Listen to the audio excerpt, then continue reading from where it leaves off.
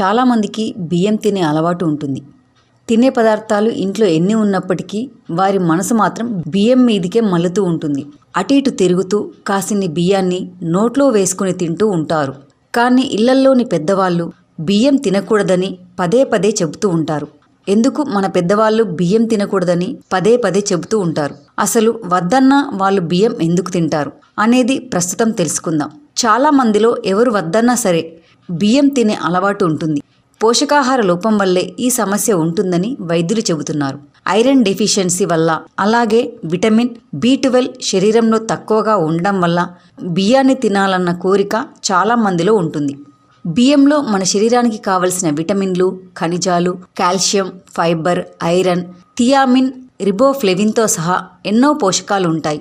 ఇవి మన ఆరోగ్యానికి ఎంతో దోహదం చేస్తాయి.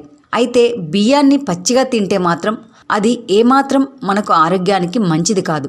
బియ్యాన్ని వండుకోకుండా నేరుగా తింటే ఎన్నో వ్యాధుల బారిన పడాల్సి వస్తుంది. దీనివల్ల జీర్ణ సమస్య ఎదురవుతుంది. అలాగే కడుపు నొప్పితో బాధపడాల్సి వస్తుంది.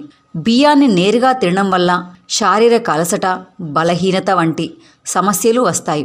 బియ్యంలో లెక్టిన్ అనే మూలకం ఎక్కువ మొత్తంలో ఉండడం వల్ల ఇది కడుపు ఉబ్బరాన్ని, అలాగే మలబద్ధకాన్ని, కడుపు నొప్పి వంటి సమస్యలను కలిగిస్తుంది.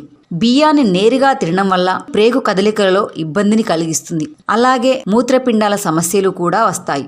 బియ్యం సులభంగా జీర్ణం కాదు కాబట్టి వీటిని తింటే వాంతులు, విరోచనాలు అయ్యే అవకాశం కూడా ఎక్కువగా ఉంది. అలాగే వీరు బియ్యం తినడం వల్ల రక్తంలోని తెల్ల రక్త కణాలు చనిపోతాయి, ముఖం పాలిపోతుంది. అలాగే బియ్యం తినే వారిలో ఉత్సాహం లోపిస్తుంది.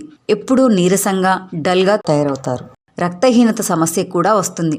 బియ్యం తినే అలవాటు మీలో ఉంటే మీలో పోషకాల లోపం ఉందని అర్థం.